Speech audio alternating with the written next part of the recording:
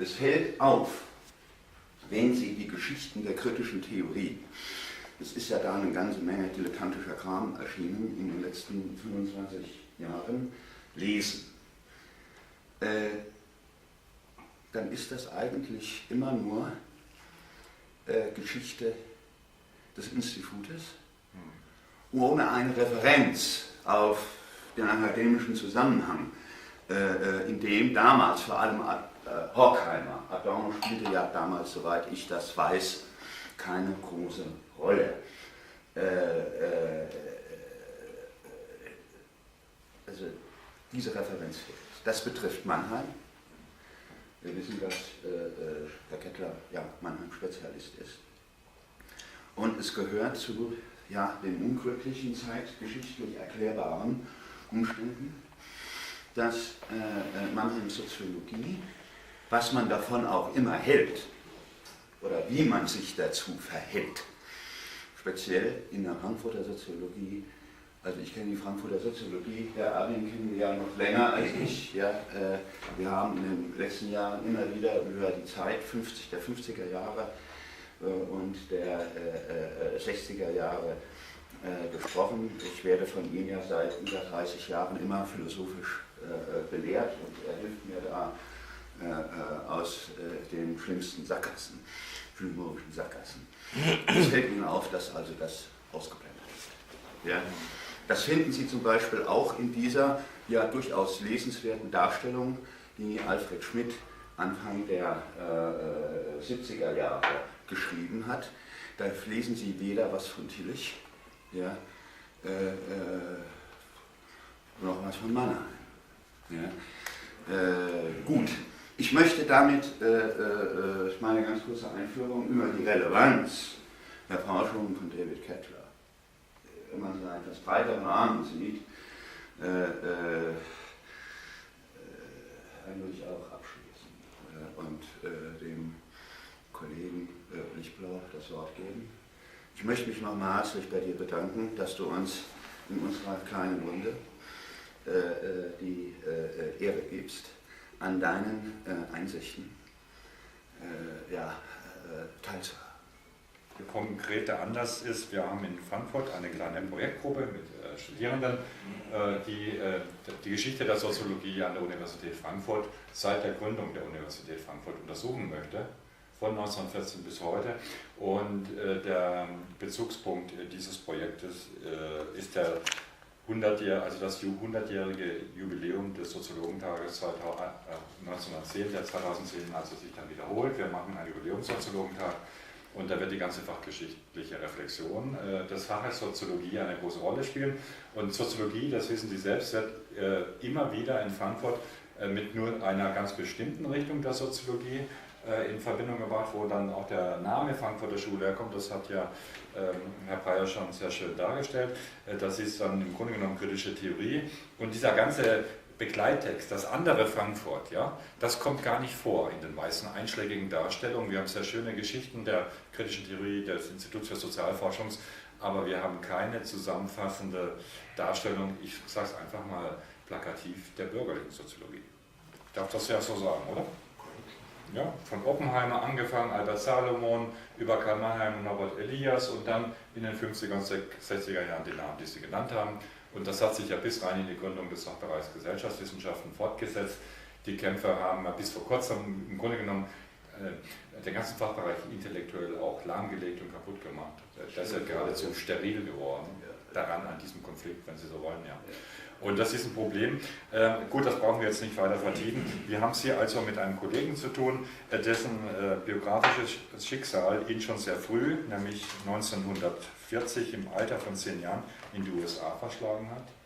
Wie Sie schon am Vornamen von ihm erfahren, ist er jüdischer Abstammung, ist in Leipzig geboren. Die Eltern kommen noch raus, 1940 schon sehr schwierig. Und der Vater stirbt dann ganz kurze Zeit später, habe ich ja gelesen in deiner Darstellung. Der war also schwer krank. Das spielt ja auch eine Rolle, warum man die Familie Kettler überhaupt noch rausgelassen hat. Ja. Und er studiert dann irgendwann in New York an der Columbia University und dazu wird er uns einiges erzählen. Und dann gibt es eine Station an der Ohio State University, von einigen Jahren und vor allen Dingen landet er dann als ordentlicher Professor, wenn man das so sagen darf, an der Trent University. Und da ist er dann viele Jahre gewesen und hat mit verschiedenen anderen Kollegen zusammen diese wunderschönen Mannheim-Texte zum einen ediert. Er hat dann auch immer wieder das Werk von Mannheim interpretiert in vielen Aufsätzen. Es gibt sehr viele Aufsätze. Und es gibt eben auch diesen ganz frühen Text, den kannte ich allerdings schon seit Anfang der 70er Jahre, das möchte ich wirklich nochmal erwähnen, über Marxismus und Kultur, Mannheim und Lukács in den ungarischen Revolutionen 1918-19. Das ist bereits 1967 bei Luchterhand erschienen und das war also für mich eine völlig neue Quelle. Das gab es in der Form so nicht. Das ist also wirklich eine Pioniersarbeit gewesen.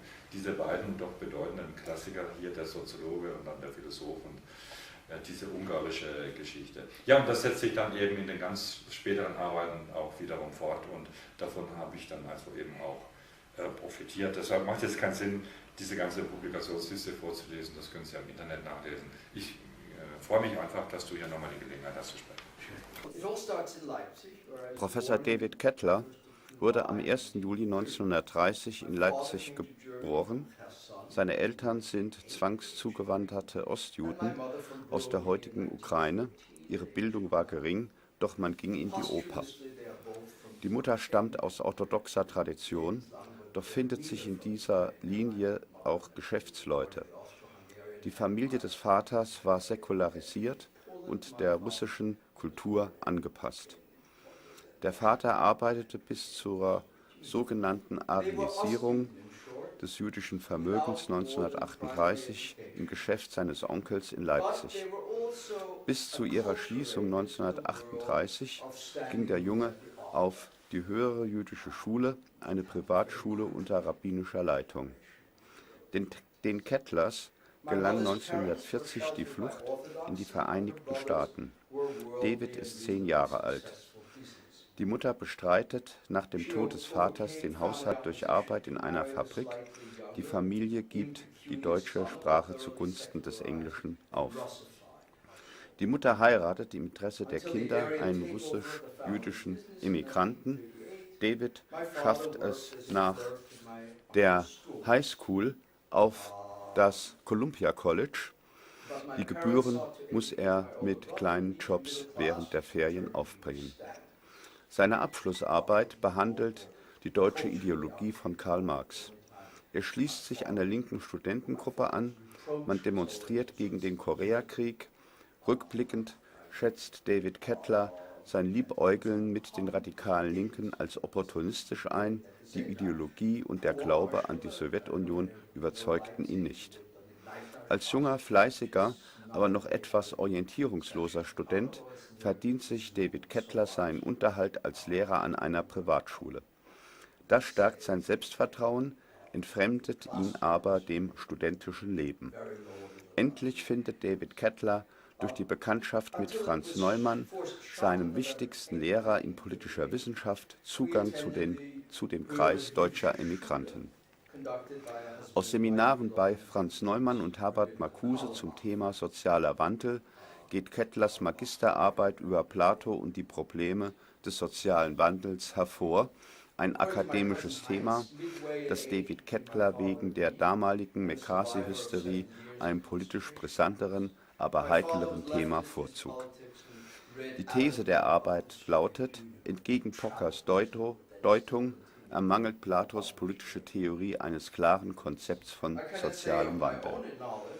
Die Auseinandersetzung mit Popper bildet auch eine Orientierung für Kettlers Doktorarbeit, die sich schließlich aus den Vordenkern des Liberalismus, Adam Fugerson, fokussiert. Dabei rückt die Wissenssoziologie Karl Mannheims zum ersten Mal stärker in den Vordergrund. Bietet sie doch fruchtbare Einblicke in die Entstehung der typisch moralisch-ideologischen Ideologie der Intellektuellen des 18. Jahrhunderts.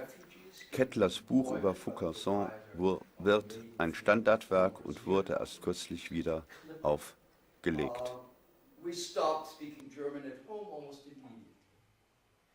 Eventually, my mother married a widowed shopkeeper, an uneducated Russian Jewish immigrant, for the sake of the children, which is an American saying.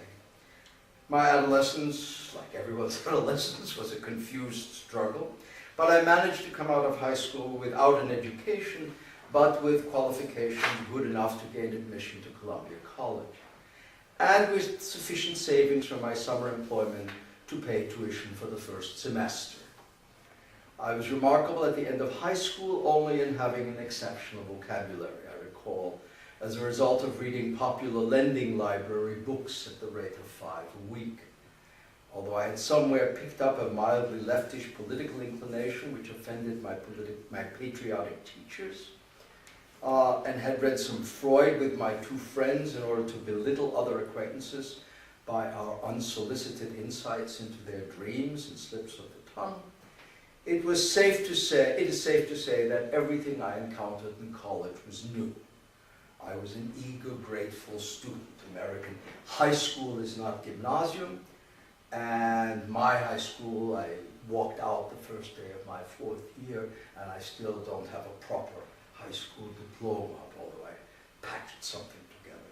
Columbia College at the time did not even require students to select a major field so long as we accumulated credits in advanced courses, so I balanced classes in philosophy, economics, political science, and history. My honest thesis, however, was in Marx's German ideology. I could not say much about it since I wanted to believe it all, but had misgivings. By then I was nevertheless one of 6 members of the moribund campus front organization called Young Progressives of America, where the other 5 constituted the Communist Party cell.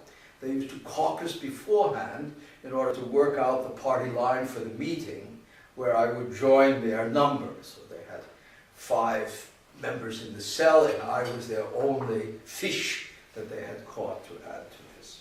We demonstrated against the Korean Wars, I recall, as well as against the awarding of an honorary degree to a rightist dictator. Our primary contribution was a lecture series on Negro history, which no one attended.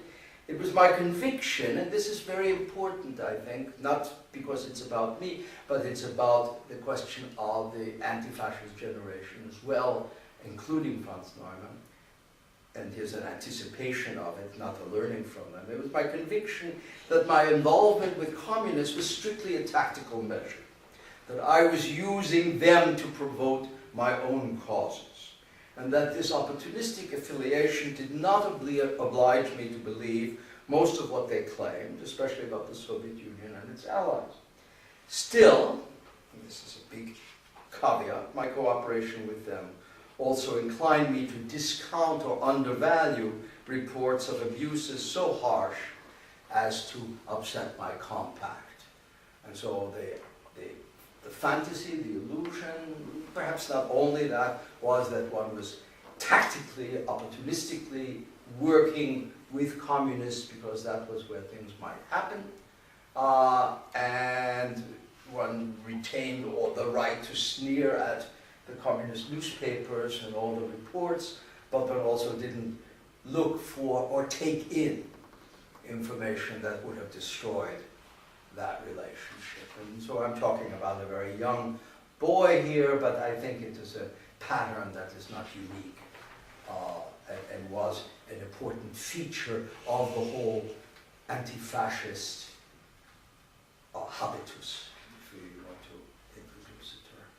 As an undergraduate, my academic culture was quite passive. I was a good student, and my typical grade was A-.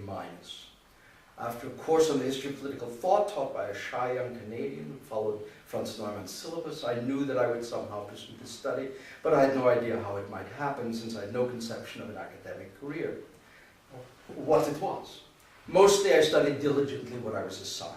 It should be added that I had little time to be intellectually adventurous, since on weekdays I spent over 8 hours at work, helping to administer and eventually to teach in a proprietary adult high school. So I taught high school from the time I was 19 through my university years in a proprietary school.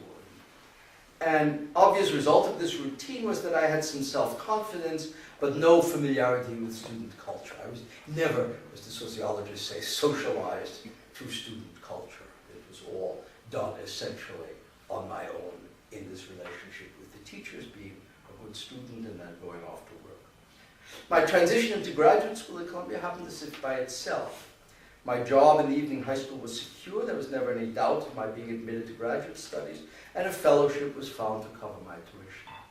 It was just as natural that I would now become a student of Franz L. Neumann, although I'd never seen him until I entered his large lecture course in democracy and dictatorship in my last undergraduate summer. By now I was more comfortable as some sort of Marxist, having been introduced to Georg Lukács, but in a class that had also studied Karl Mannheim and Karl Popper. Put somewhat paradoxically, I had found a home in the anti-fascist emigration, becoming in my habitus an untimely member of a generation whose actual members were 15 to 30 years older. To some extent that was even physically possible, not that there were people 15 to 30 years older, but there were people 10 to 15 years older, because when I arrived in university, the veterans of the war came back. And so the 30s and the Popular Front of the 30s and so on was urgently present in the American academic culture, so that the members of this organization, this cell, were mostly people in there who had been in military service and who were already 10 years, 12 years older than I was. But I think that this is almost an accident, because they were not really my intellectual mentors. That was a political cooperation. But in the mentorship, there was still that kind of a curious identification with that generation. Even my political self-identification was with the Popular Front that had ceased to exist, even as a hope at some time around the Stalin-Hitler Pact. Especially at the emotional level, my emancipation from this morally contradictory Unzeitmäßigkeit has been gradual and uneven. In addition to my classes and seminars with Neumann, as well as courses with Robert K. Merton and Stephen Martin Lipset, great names of the American sociology of that time, I heard Herbert Marcuse for a year in a course significantly called The Theory of Social Change, in contrast to a course in the same department which was called Theories of Social Change. So there were two courses. One was called Theories of Social Change, which was taught by Kingsley Davis, and then there was The Theory of Social Change, and that was taught by Herbert Marcuse. My master's essay on Plato and the Problem of Social Change, a critique of Popper's Open Society, originated as a paper for Neumann's seminar, but derived its problem, Fragestellung, from Marcuse's course. It was my second choice of a topic, and here's a little anecdote of the time, selected after a noted specialist in American political studies, anxious about my vulnerability to McCarthyite blacklisting, persuaded me not to undertake a study of political crime as an implicit category of American law. That was my first choice. I had done a seminar on criminal prosecution for political reasons, and I wanted to make that my master's essay, and this elderly man, a year or so before retirement, took me aside and in a fatherly manner advised me not to do that, but to go and do something about Plato, which I then did. I think that Plato would not be happy about this. Oddly, the advice to pay attention to Plato rather than to politically provocative themes happened to me twice. The second time was in 1970, when a department chair sought to help me overcome a political blacklisting at his institution. He told me, you don't have to give this seminar on revolution, which is what I had planned when the Board of Trustees of Purdue University refused to honor their commitment to me. But why don't you teach something on Plato? So twice I was asked to shift to this most radical of philosophers. But that's another story, isn't it? But that is a different, not very interesting story, with a happy ending in Canada. In the event, both Neumann and Marcuse read and proved the master's essay on Plato. The thesis was that far from being afflicted with historicism in Popper's sense, I took Popper at his weakest. I think probably you would all say that there's the thesis in the Open Society about Plato as the arch father of historismus. Plato lacked any theory of social or political transformation. The confrontation with Popper was continued in my doctoral dissertation, which began as a grandiose critique of historical theories from Plato to Marx, and ended as a narrow study of Adam Ferguson, who was to have been the subject of only a chapter. So I have a hobby of the 18th century moral philosophy, Smith, Ferguson, Hume, which I have picked up again and again, and actually that dissertation has just recently been republished. So it is something that I've come back to. I continue to look for ways of understanding the uses of history in the construction of social theory without succumbing to the logical errors whose diagnoses I conceded to Popper. So the nature of my education, the fact that I was studying Lukács, Mannheim, and Popper in the same course, stuck with me. And there was a deference to certain claims, validity claims, or the character and structure of validity claims in Popper, which I retained. And the problem then was to find a way around the problem, and not Kopf durch. Neither Neumann nor Marcuse, and this is perhaps surprising, notwithstanding their posthumous consignment to the Frankfurter Schule, directed students' attentions to the philosophical writings of Horkheimer and Adorno. We never heard about them qua students. I mean, student culture, you picked some of it up, but that was not how it was done. The political theories surveyed in the courses, even in doctoral level seminars, were indiscriminately labeled theories or ideologies, the terms were used interchangeably, to be assessed for their respective contribution to the expansion of human freedom, a category which was deemed to be unproblematic in an important sense. I remember a seminar where Gunther Louis, who was a logical positivist, said to Franz Neumann, when he said something about the expansion of freedom, well, that's on one set of value preferences. And so Neumann looked at him and said very pleasantly, if you don't share those, I don't think you belong in this class. And so that was perhaps not a philosophical argument, but a dictum. And we thought it was quite amusing. We thought that was Gibbons ours. Okay. And to the openness to this initiative of a worldly political scientist, Harvey Mansfield, who has recently returned to the university from wartime service in Washington and newly appointed not only as chairman of Ohio State's ambitious program, but also as editor of the profession's principal journal. So there was a kind of a cosmopolitan takeover in the post-war period and involved, as well as I try to show, a different orientation to the exile culture, a kind of not being influenced by, but being comfortable with, because of their role in wartime Washington. And so that people like Neumann and Marcuse and so on were not odd creatures. They were odd creatures, but they were odd creatures that you had drinks with quite ordinarily. And so when this man indulged the slow maturation of my dissertation project, in part because he quickly employed me as his assistant in editing the American Political Science Review, a position I held for 5 years. Seit seiner Promotion 1960 ist David Kettler für 5 Jahre Mitglied im Department für politische Wissenschaften an der Ohio State University. Zugleich wird er unter der Leitung von Harvey Mansfield Mitarbeiter der American Political Science Review, für die er etwa 10 Manuskripte in der Woche begutachtete.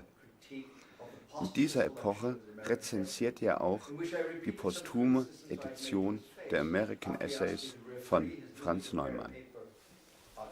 Im Jahre 1960 begegnet Kettler zum ersten Mal Max Horkheimer, den er in seiner Vorlesung als Gast begrüßen kann.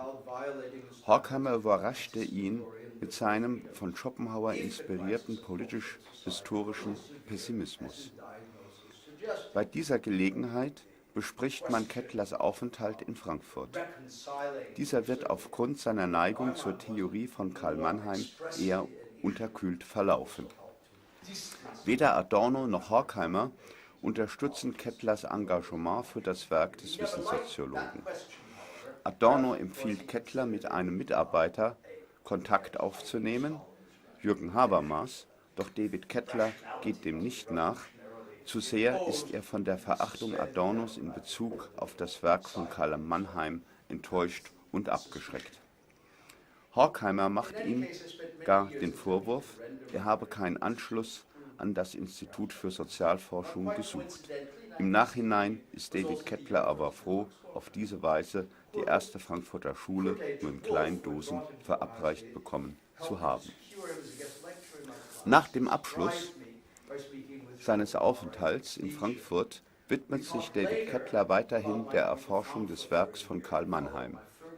Auf dessen Spuren kommt er auch in die Heimat des Wissenssoziologen nach Ungarn, geradewegs ins Haus des berühmt-berüchtigten Georg Lukács, über dessen revolutionären Kreis, an dem Mannheim teilnahm, er ein Essay verfasst.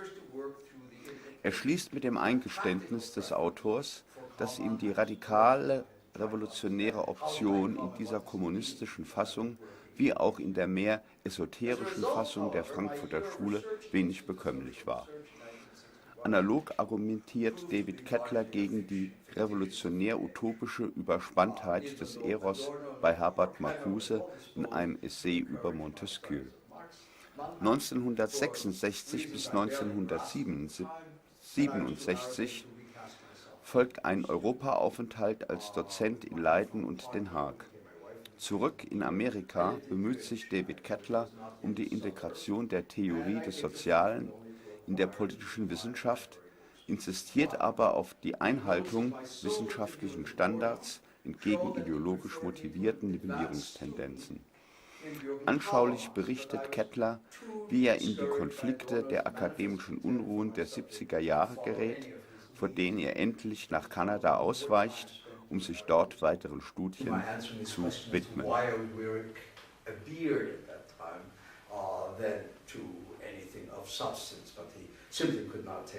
My project seriously, and he let me know it. And it's interesting that in that context, then he suggested Habermas, but that's a small story. Horkheimer reproached me when I sought him out at the end of my stay because I had not requested permission to attend the Institute seminar. On balance, my failure to do so in the absence of an invitation was probably a good thing. I would take my Frankfurt school in small, digestible doses. A metaphor that also comes to mind because my nervous system responded to my first return to Germany with no end of abdominal discomfort, and this comprised one of the few topics I had in common with Horkheimer. So he invited me to the house and we discussed which pills he took and what pills I took, and that his doctor had said he could drink white wine, and my doctor had said I could drink red wine, and so we were. It was a very fascinating discussion. It was followed. He'd originally invited me to meet him in a restaurant at that time called the Schwitzer Häusli. And the Schwitzer Häusli on the Bockenheimer Landstraße. We came in and I came at the appointed hour. And I said, Professor Bock, die Artisten. Und da waren diese Artisten, die haben da nicht schrammeln, aber was die Schweizer da machen, gespielt. Und da musste er das zuhören. Und ich auch. Und dann hat er sich bei ihnen bedankt. But of course that's not, these are stories of Horkheimer as a very elderly gentleman in a situation where he felt some obligation, but the relationship had no content at all, simply because he couldn't imagine why I would come to Frankfurt to study Mannheim. And so there was never any basis of despite the intense demands of my largely internalized Auseinandersetzung mit Deutschland during that year, I made headway in my independent studies of Mannheim. The publication originating then had to await an additional summer of research, mostly in London in 63, in 63. But one attempted to show structural parallels between Ferguson and Mannheim as two ends of a continuum of intellectuals' orientations, while the other was a monograph reporting on my findings, unknown at the time except Hungary, about Mannheim, Lukács, and the so-called Sunday Circle. Georg Lukács, whom I visited both in '62 and '63, had little patience himself with my historical questions, but he was kind and he sent me to Zoltán Horváth, who was just completing a well-informed, if quite traditional, historical survey. My own thesis was that the Sunday Circle and its immediate aftermath demonstrated the insufficiency of what I called revolutionary culturism and highlighted the urgency of a search for a more adequate political concept, which I thought informed their diverging paths, that is Lukács and Mannheim's divergent paths. I discovered that I had little stomach for the transcendent revolutionary option, either in its practical Communist Party form or in its esoteric virtual adaptation in Frankfurt. An indirect testimonial to this conclusion, in quite a different idiom, was a small article in Montesquieu's Persian Letters, in which I argued with express reference to Marcuse's Eros and Civilization that Montesquieu had correctly shown that love cannot be a political principle, that politics had to be a more limited process. And a series of essay publications on relations between such activism and democratic theory, a return to the issues raised in my Neumann review, but now deepened by my first round of studies of Mannheim, as well as the explorations of New Left, notably in its British manifestations. Further enriching my work during those years was a second year in Europe in 1966-67, the unexpected gift of a year's political science Fulbright lecture at the University of Leiden, supplemented by a semester as an instructor in the Institute of Social Studies in The Hague. The respite from activism and the opportunity to observe a left ranged from dissenting socialists to playful Amsterdam anarchists confirmed me in my habit of distinguishing between the distance required for activism and for reflection of the theme of my writings.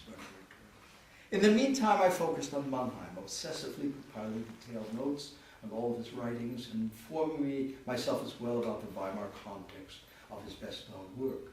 Yet I was not ready to publish anything. Back in the United States, I shifted the locus of my activism to the political science profession, about which I knew a good deal from my days as assistant to the editor of the review. My writings and minor political campaignings were focused on reintroducing social theory themes into the discipline rather than proclaiming a revolutionary revelation.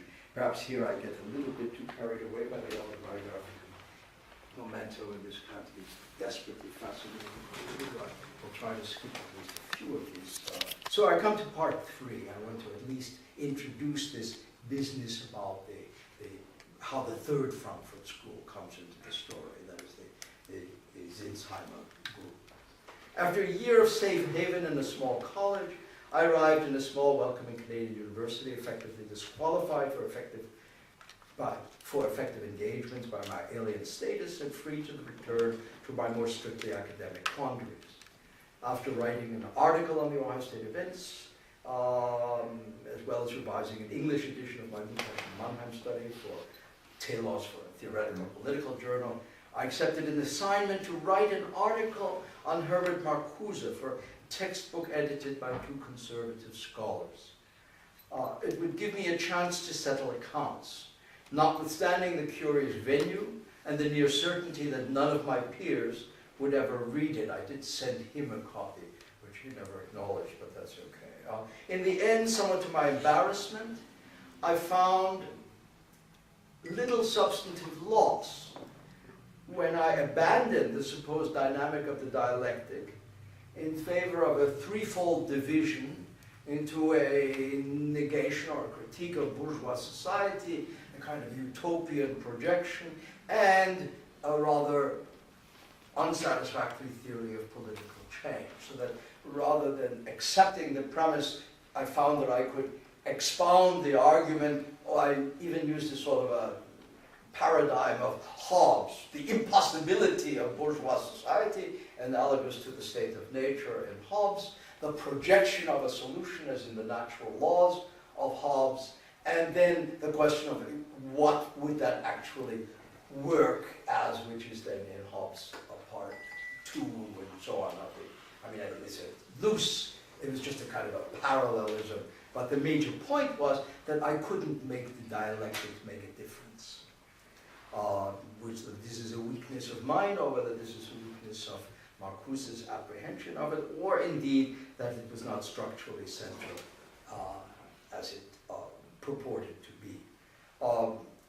In defiance of Marcuse's express strictures, I could extract value only after detotalizing the design to reveal a vigorous and often quite brilliant version of the leftist civic humanism that was the lingua franca of the anti-fascist exile. So this came to be my conclusion. That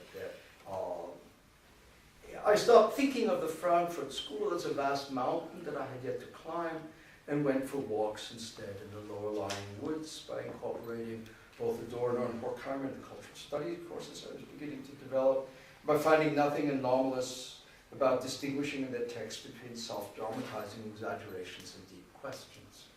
Habermas was a help in all this, although I knew right away that this was also not a school that would have me as a regular pupil. The combination of regard and reservation towards Habermas's grand design, governed assignment, led me to a new cycle through my earlier topics. In the spring, before a full sabbatical for 1975-76, which I'd arranged to spend at Balliol College, Oxford, in which I'd expected to devote wholly to a book on Mannheim, picking up where I'd left off almost 10 years earlier, I was asked to review a book culminating in a treatment of the Scottish moral philosophers of the 18th century, and following Habermas's lead in interpreting these texts.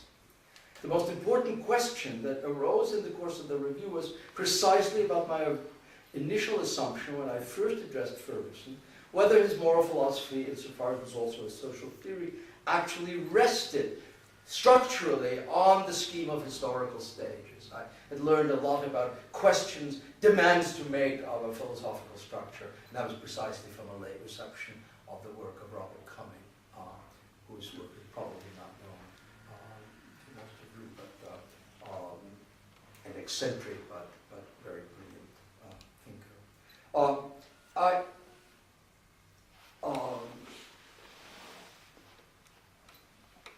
I was able to gain a 3 months residency, so I'll skip that the period in. Then my Mannheim project did not gain momentum until a year or two after my return to Canada, when two German-Canadian sociologists, already well known for contributions to Mannheim studies and sociology of knowledge, persuaded me to begin a collaboration with them. Most important was Volker Meyer, with whom I have collaborated on many things in the past 30 years. Is übrigens a product of Frankfurt and the Institute of Sozialforschung, at least until his departure for postgraduate study in North America. And then there's a record of some of the things we did and the books we wrote and so on, which can all be found or not found. In the autumn of 1979, this becomes relevant, although it sounds like more storytelling. And this, I became chairman of the Faculty Association of Trent, an office that normally went begging, but I set as a condition for accepting the chore that the established core group would help me to convert the association into a proper trade union, with the capacity of negotiating a binding collective agreement backed by the right to strike. In this eminently pragmatic and localized form, some of my old political responses revived.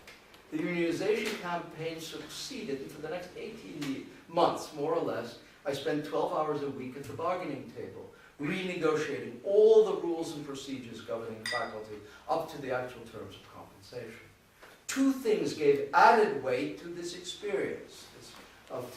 First, a publisher asked me to advise on the question of publishing Franz Neumann's 1934 London School of Economics dissertation on the domination of the rule of law, which I had never read. And second, I was unexpectedly invited to spend 1981-82 as fellow of the Netherlands Institute for Advanced Studies in Social Science and Humanities, NIAS, in Wassenaar. Lovely place. I actually advised against publishing the Neumann, unless it could be paired with a companion volume on the historical context and meaning of the work. And, of course, I decided to spend the NIAS year on researching Neumann's legal theorizing, beginning with his Weimar years as labor lawyer. This brought me back to school in Frankfurt for the third time. since Neumann's labor law thinking derived from his years at Hugo Sinsheimer, including his service as instructor in the Akademie der Arbeit, which had been founded as an institute at the University of Frankfurt by the trade unions. The labor law founded by Sinsheimer was essentially collective bargaining law, with the prime theoretical puzzle being the legal status of the collective agreement. How is it possible that we sit and make an agreement that is binding for him who is employed 6 months later and sets the terms of, and conditions of his work?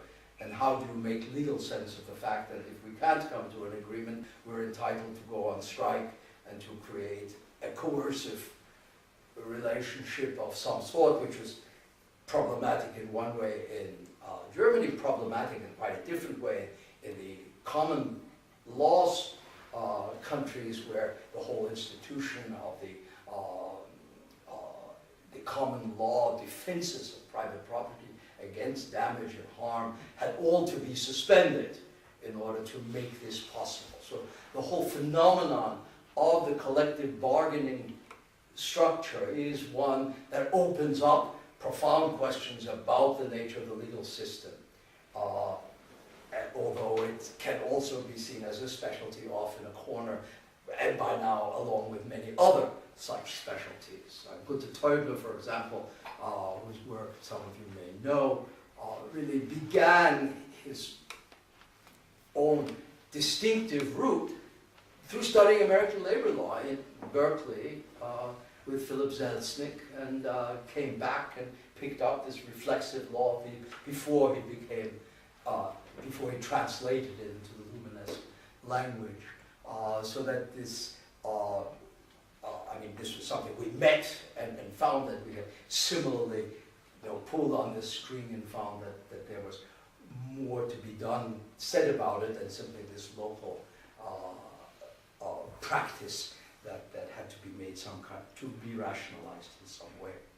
The central political question had to do with the relationships between the regimes constituted by relations among state worker and employer collective actors and the democratic political constitution, especially insofar as the latter was seen, as was the slogan of the Weimar Social Democrats, as an agency of social change towards socialism.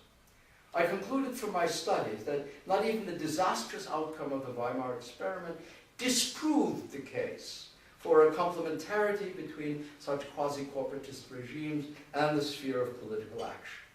Defeat is not necessarily a refutation, although it's eminently understandable why the defeated, like Neumann and his associates, should have thought so, at least for a while.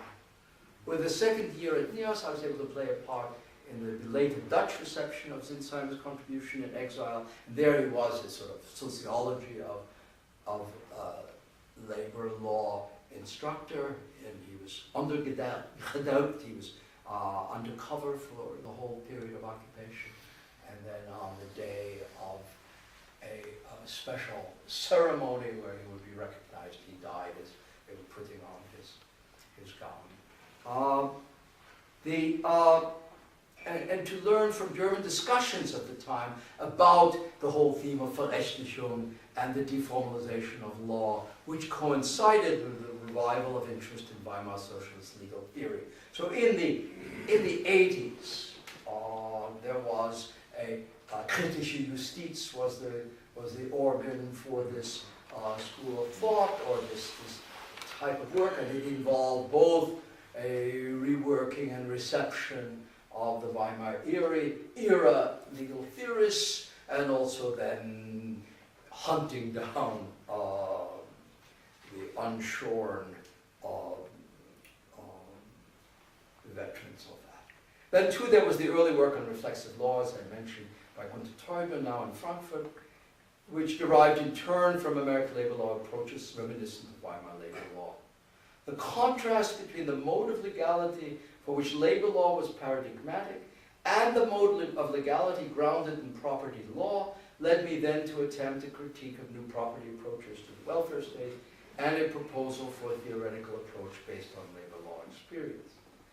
But all the while, However, I wanted to get a clearer understanding, and this is then the fundamental difference between my amateurish and kind of localized provincial thinking about these issues and so the clarity, let's say, of Habermas's distinction between the purely strategic character of all bargaining relations in contrast to the constitution of a rational discourse. I'm in the middle there. As I say, I don't compete at his level of sophistication. I say that right away. I am actually here. But it is nevertheless has been a way in which coming back to the question of just what is it that this intellectual, what I call this intellectual style, this mode, how do they put things together into a coherent strategy? And then I think about complementarities, and I think about bargaining, and I think about negotiated structures and regimes analogously, so that it isn't, so that it also serves in lieu of an epistemology or in lieu of a logic. Here we go. Okay, we have 5 more minutes. I have 5 more minutes. You probably may be already tired. All the while, I wanted to get a clearer understanding of the difference among the bargaining regimes and their various capacities for constituting relationships congruent with reasonable management of conflicts, as well as their capacities for change in the parties to be recognized and the manner deemed proper for negotiation. In Kanada schreibt David Kettler ein Essay über die Theorie Herbert Marcuses, der sich kritisch auf deren begriffliche, methodische und inhaltliche Mängel einlässt. In den Jahren 1975 und 1976 folgt ein Aufenthalt in Oxford, in der er dem vertieften Studium von Mannheim widmet. In dieser Zeit fällt auch eine Forschungstätigkeit im Ferguson-Archiv der Universität Edinburgh, deren Ergebnisse er anschließend veröffentlicht. Die These lautet: Ferguson repräsentiert den modernen Typus des Intellektuellen, der die Ressourcen des Gelehrten für seine Funktion im öffentlichen und politischen Raum nutzbar macht. Nach seiner Rückkehr nach Kanada beginnt David Kettler eine dann über 30 Jahre währende Kooperation mit dem Soziologen Volker Mehr über Karl Mannheim. Volker Mehrs geistige Heimat ist Frankfurt und das Institut für Sozialforschung. Es folgt die Herausgabe von 2 umfangreichen Handschriften Karl Mannheims mit interpretierenden Einleitungen. Karl Mannheim, Strukturen des Denkens und Konservativismus. Ein Beitrag zur Soziologie des Wissens. Das Team veröffentlicht sodann einen kurzen Abriss der intellektuellen Entwicklung von Karl Mannheim, der auch auf Deutsch, Französisch, Spanisch und Japanisch erscheint. Leitidee ihrer Interpretation ist die folgende: Karl Mannheims Entwurf rationaler Politik, der sich von Ideologien und Utopien abgrenzt, eröffnet einen offenen Spielraum für Verhandlungen und Bewältigung von Konflikten, die für moderne Staaten konstitutiv sind. Die Konflikte müssen nicht prinzipiell gelöst, aber rational gesteuert und gemanagt werden. 1979 wird David Kettler Präsident der Fakultätsvereinigung an der Trent University. Es gelingt ihm, eine Assoziation in eine klassisch amerikanische gewerkschaftliche Organisation umzuwandeln, einschließlich Verhandlungs- und Streikrecht. Damit eröffnet sich für David Kettler ein Praxisfeld, das seine theoretischen Arbeiten über politische Konfliktlösungsstrategien und Arbeitsrecht anregt und befruchtet. Das führt David Kettler zu einer intensiven Beschäftigung mit dem Werk von Franz Neumann über Arbeitsrecht während eines Forschungsaufenthalts am Netherlands Institute for Advanced Studies kann er den historischen Kontext der Arbeitsrechtslehre von Neumann, die Weimarer Republik, eingehend studieren. Hierbei spielt auch Frankfurt eine Rolle. War doch Franz Neumann als Dozent an der Frankfurter Akademie für Arbeit tätig, deren Gründer der als Vater des Arbeitsrechts bekannte Hugo Sinsheimer war. Für Sinsheimer war der Kern des Arbeitsrechts ein Regime kollektiver Verhandlungen zwischen Unternehmern, Arbeitern und staatlichen Institutionen, deren kollektive Beschlüsse einen Rechtsanspruch begründen. Auch wenn das unglückliche Ende der Weimarer Republik diese rechtsförmige Struktur von Verhandlungen gewaltsam abbrach, beharrt David Kettler auf dem Grundsatz, eine Niederlage ist noch keine Widerlegung. Bei einem zweiten Aufenthalt in Holland gibt er der Rezeption der Arbeitsrechtslehre von Karl Sinsheimer weitere Anstöße. David Kettler vertieft seine Studien über die Verhandlungs- und Konfliktlösungspotenziale im Arbeitsrecht in der Folgezeit anhand von Untersuchungen über eine Frauengewerkschaft in New York und das japanische Arbeitsrecht, das trotz der amerikanischen Rechtsrezeption nach 1945 vielfach noch vom alten deutschen Arbeitsrecht beeinflusst ist. Es folgen Untersuchungen über die Unterschiede des amerikanischen und kanadischen Arbeitsrechts. Allen Studien David Kettlers zum Arbeitsrecht liegt das Prinzip zugrunde, Stärke und Flexibilität rechtsförmiger Verhandlungsstrategien seien einer auf Konfrontation und Negation abzielenden Interpretation vorzuziehen. Göttingen was a book where we emphasized that what we had fresh about the exile was we called the concept contested legacies, and we wanted to start out with the fact that there wasn't some set group, some unified group that existed in Weimar Germany who then went into exile and then in some cases returned in others, but that they were participants in conflicts and contestations with people who remained behind, and who had many ties of connection, of colleagueship, of comradeship, of conflictuality with people who were left behind.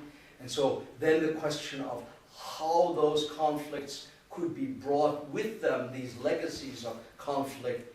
The one example that we took was the conflict of the struggle between Bildung and Wissenschaft, since the reception of Max Weber's lectures, the ongoing, what to do in the Weimar period with that earlier concept of Bildung and how it was to be restored, which was then an area where people like Mannheim, people like Freyer were in very close debate and dispute, and so the exile ruptured these connections, but the connections were still unfinished business in the minds. And so to bring this exile group that they then brought, and they had to, in their negotiations, that word again, with, rather than acculturation, talking about various bargaining relations they entered into in exile, those who were able to get a hearing, and then they were very different in character.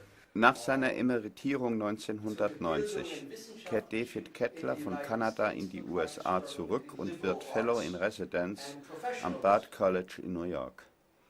Gemeinsam mit Volker Meyer widmet er sich wieder den Mannheim-Studien.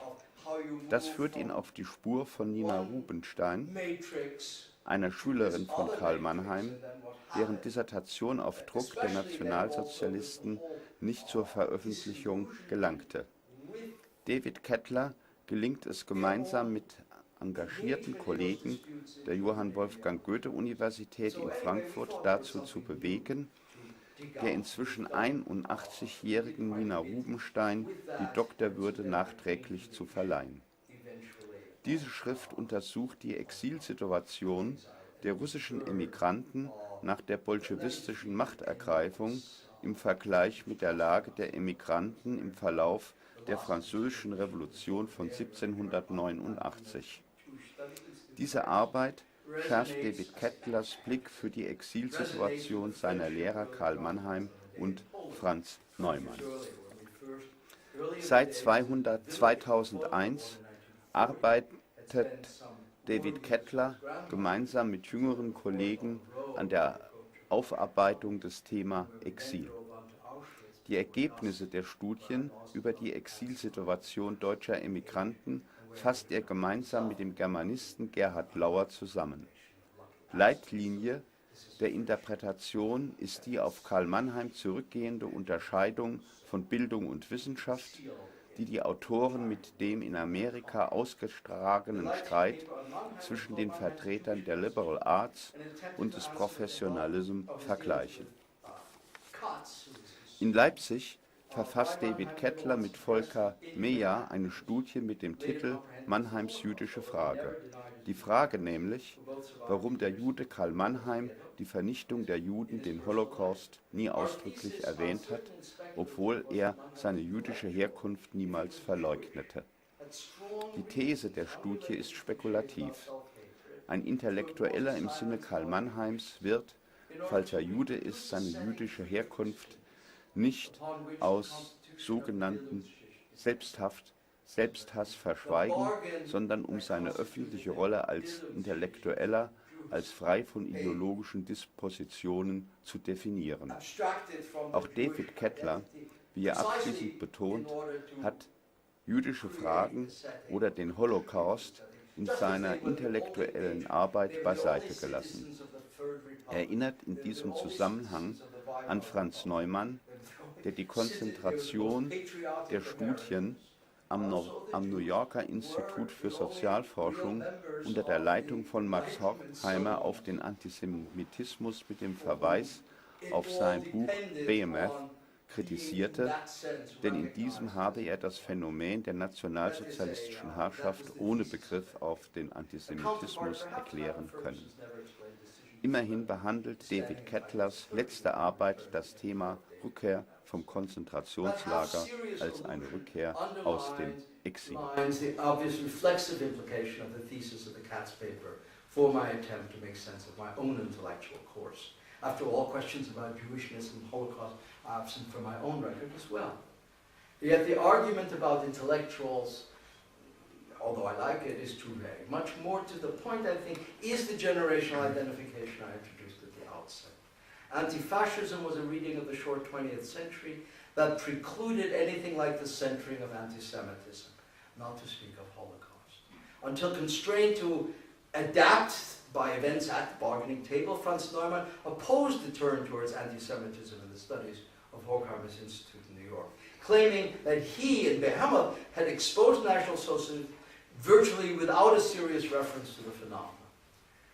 My present projects accordingly include an attempt to understand the vicissitudes of anti-fascism in its transformation in the course of exile and return. My contribution, well, I have this article that I wrote about some Dutch situation. I'm not going to go on. I have some melodramatic ending, and so I just said something about there will be no dramatic conclusion to this painful inquiry, where for the first time I'm really studying the Stalinist period, reading what the problem for anti-fascism was, perhaps belatedly. There can be no dramatic conclusion to this painful inquiry because I'm not about to kick over the negotiating table. Perhaps given the realities registered on tables of another sort, actuarial tables, it will not end at all because it will simply have to stop. The bell will ring and school will be out. So. Ja, lieber David, also wirklich herzlichen Dank für deine sehr beeindruckende Darstellung.